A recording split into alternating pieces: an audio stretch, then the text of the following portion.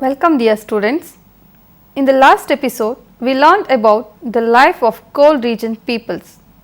In this episode, we will concentrate on the struggle of people who resides in mountain regions. Life for mountain people as a rule has always been a challenge. For this reason, it might appear that if given a choice, humans would perhaps tap the wealth of mountains such as their minerals, forest, their possibilities for tourism, etc., but they will not agree to live there permanently. However, human association with the mountains is almost as old as our civilization. The terms of life are usually much harder for humans at high altitudes and are controlled by three important factors: the terrain, the climate and the isolation from the rest of mankind. Yet, despite of all this, higher elevations in the tropics may be the best habitat for humans in these areas. They are free from malaria, sleeping sickness and other diseases of the hot lowlands. In many highlands areas near the equator, there is no such things as changes of seasons as most of us are used to. In these areas, the climate is springtime all year and fields yield several crops annually. In fact, it is this type of environment in the Bolivian and Peruvian Andes that led to the only great civilization to be found at a high altitudes.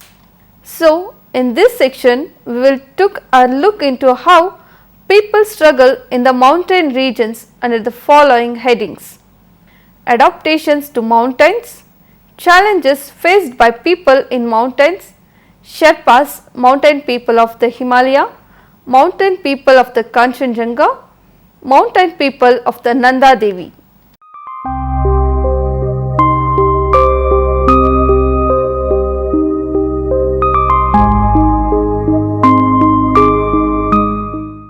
First one is the adaptation to mountains. It has been estimated that 12% of the world's 6.8 billion people live in mountain areas. That means there is about 3/4 of a billion people living in the mountain areas. The Alps are the most densely populated mountain area in the world. 13 million people live in the Alps. Nearly half of these people live in mountains in the Asia or Pacific region. People as well as other animals and plants have adopted to living in the mountains. The South American Uru tribe have larger hearts and lungs to breathe the thin air at high altitudes. Mountains can make travel difficult. Mountains can be very difficult to cross. They are often rugged and filled with forest and wild animals such as bears and wolves. They may have no natural passes or easy places to cross the mountains. Mountains can also be hard to climb or may have ice or snow or glaciers that make travel dangerous. All this means that crossing over mountains to trade goods can be tough to do. Sometimes people who live surrounded by mountains feel very isolated from the world around them. It is just too difficult to cross over other lands. High altitude adaptation in humans is an increase of evolutionary modification in human populations, specifically the Tibetans and certain Andean and Ethiopian highlanders who have acquired a unique ability to survive at extremely high altitudes. The phrase is used to signify irreversible long-term physiological responses to high altitude environments associated with heritable behavior and genetic changes. While the rest of human population would suffer serious health consequences, these native inhabitants thrive well in highest parts of the world. such as Himalayas, Andes and Ethiopia. These people have undergone extensive physiological and genetic changes, particularly in the regulatory system and respiration and circulation when compared to the general lowland population. This special adaptation is now recognized as one of the finest examples of natural selection in the action. In fact, the adaptation account of the Tibetans has become the fastest case of human evolution in the scientific record, as it is estimated to occur in less than 3000 years.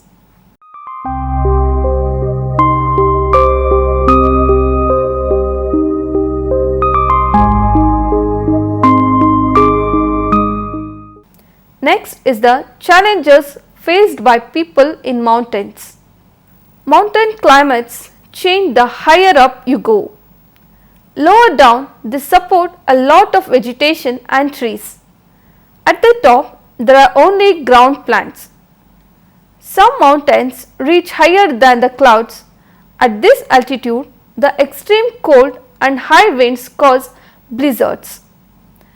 In some mountainous areas, the rivers are permanently frozen.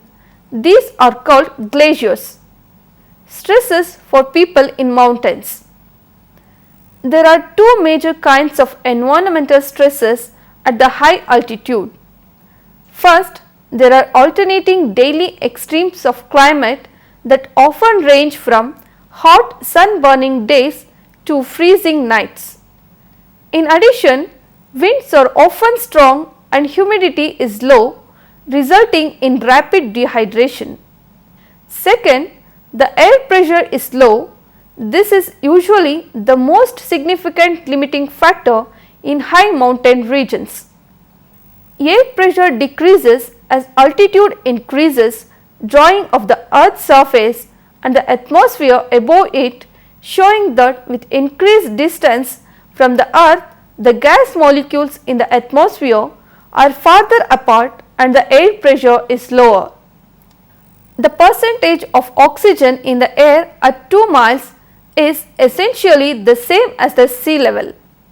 However, the air pressure is 30% lower at the higher altitude due to the fact that the atmosphere is less dense, that is, the air molecules are farther apart. At high altitudes, the lower air pressure makes it more difficult for oxygen to enter our vascular system. The result is hypoxia. Health issues for people on mountains. Hypoxia usually begins with the inability to do normal physical activities such as climbing a short flight of stairs without fatigue. Other early symptoms of high altitude sickness include a lack of appetite, vomiting, headache, distorted vision, fatigue and difficulty with memorizing and thinking clearly. In serious cases, pneumonia-like symptoms due to hemorrhaging in the lungs and abnormal accumulation of fluid around the brain will develop. Pulmonary and cerebral edema usually results in death within a few days if there is not a return to normal air pressure levels. There is also an increased risk of heart failure due to the added stress placed on the lungs, hearts and arteries at high altitudes. When we travel to high mountain areas, our body initially develops inefficient physiological responses.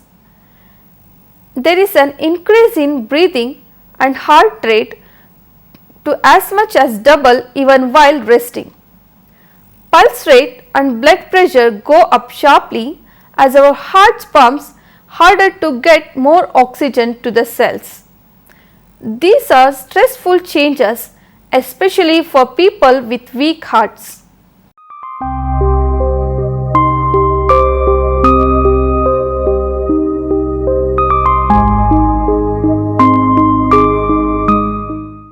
Next is the Sherpas, the mountain people of the Himalaya.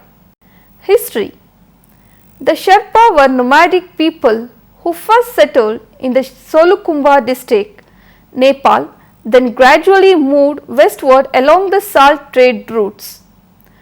According to Sherpa oral history, 4 groups migrated out of the Solukhumbu at different times, giving rise to 4 main Sherpa clans: Miniyakpa, Timmi, Sartava and Chava. These 4 groups have since split into more than 20 different clans that exist today. About 1840, Sherpa ancestors migrated from Kham. Mahayana Buddhism religious conflict may have contributed to the migration in the 15th and 16th centuries. Sherpa migrants travelled through Sang before crossing the Himalaya.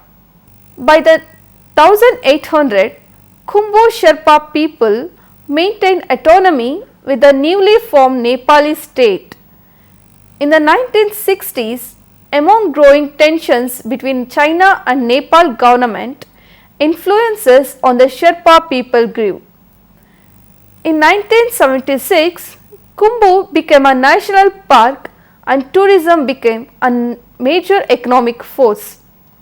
Sherpas are people who live in the northeastern part of the Nepal in the valleys of the Himalayan mountains.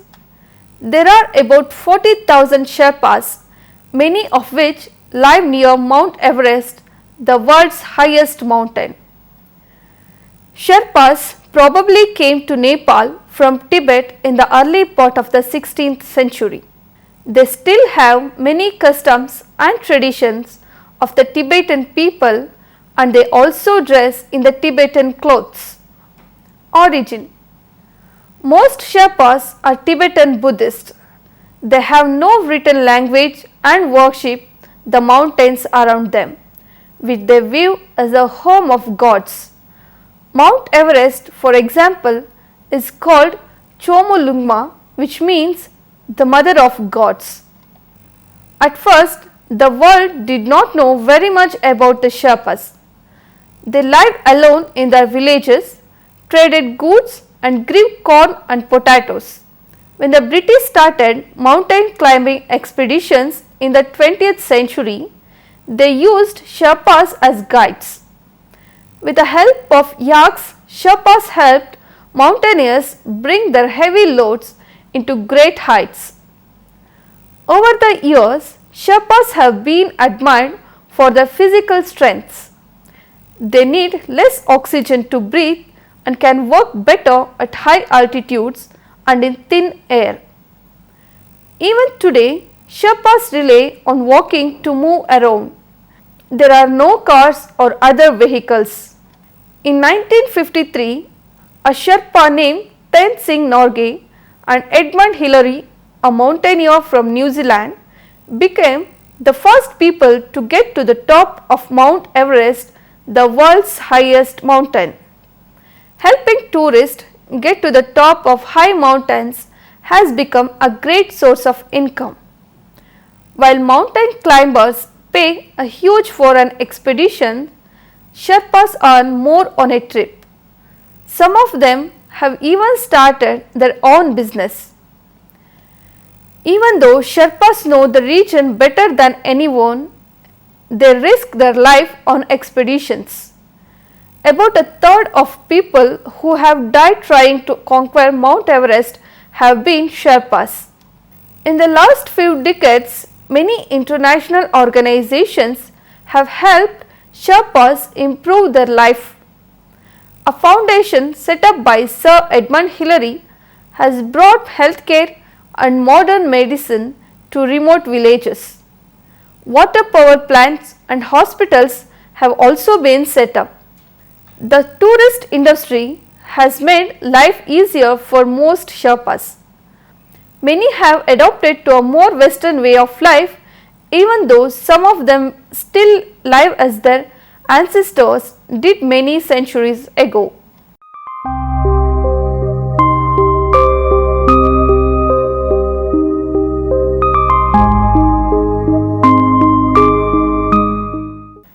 Next is the mountain people of Kanchenjunga. The Kanchenjunga region is sparsely populated. An estimated 500 live in the Gunsu Valley. The main ethnic groups are Limbu, Bhutia, Sherpa and Tibetan. Of these, the Sherpa communities generally live in the highest areas beyond which there is no possibility of permanent human settlement. The village of Fole is Tibetan and markedly different from the nearby Gunsa. In Fole, the villagers speak Tibetan, wear traditional Tibetan clothing and are in most ways more connected to the Tibetan government in exile in Dharmasala than to their Nepali host in Kathmandu. For those who have seen the terrible degradation of Tibetan culture in Chinese controlled Tibet, Fole seems in comparison better preserved, more Tibetan and less affected by both Chinese and Western influences.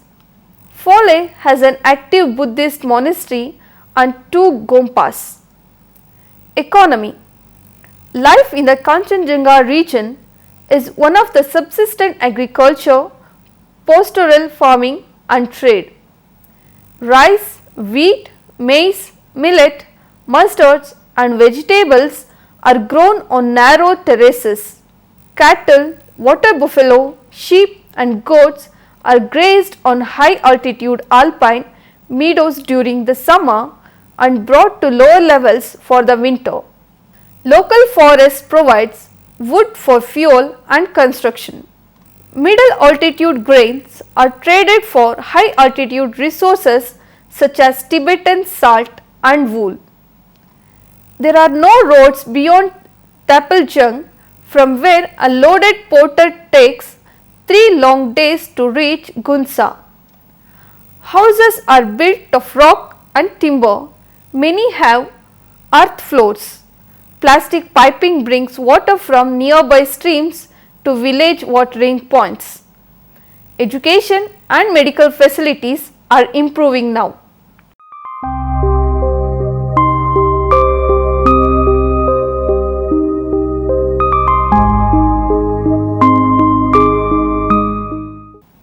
Next is the mountain people of Nanda Devi.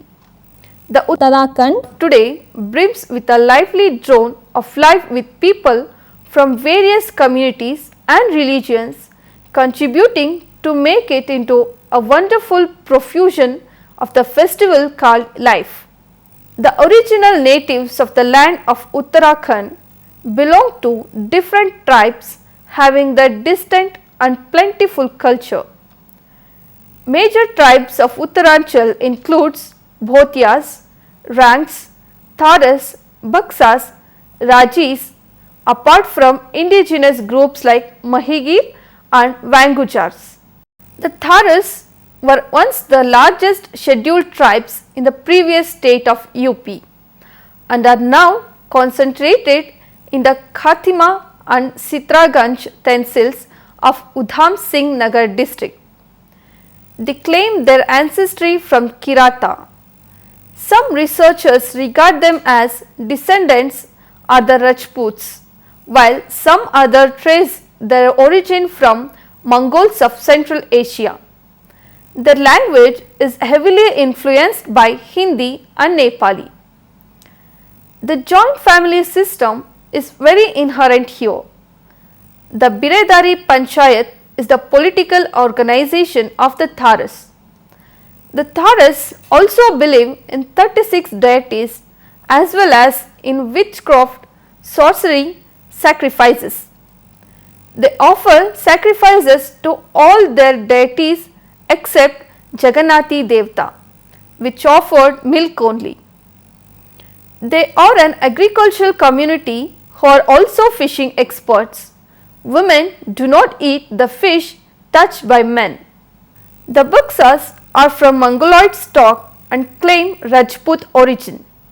Closely resembling in their habits and customs to Tharas, they are said to be the original inhabitants of the Teria belt and live in Udham Singh Nagar, Dehradun and Pauri Gharwali. They are the followers of Lord Rama and Krishna and worship Hindu deities. The term Junsar represents a number of tribal groups, namely the Khasas, artisan classes of Koltas and Begis who inhabits the Junsar area of the Dehradun district. Rajis, Mahigirs are other socio-tribal groups whose distinct lifestyles add more colors to the vibrant tribal life of Uttarakhand. By all this information, we can conclude the session. Hill people are the general terms for people who live in the hills and mountains. There are hill people around the world, many of whom live in stone houses and herd goats, sheep or have small farms. Musical instruments of the hill people such as various forms of bagpipe and horn are notable for their ability to be heard at great distances. The hill people are often divided into tribes that have a tradition of feuding among each other while resisting control by any other central government. Often the hill people are monarchies in their countries and are divided by political borders. Thank you.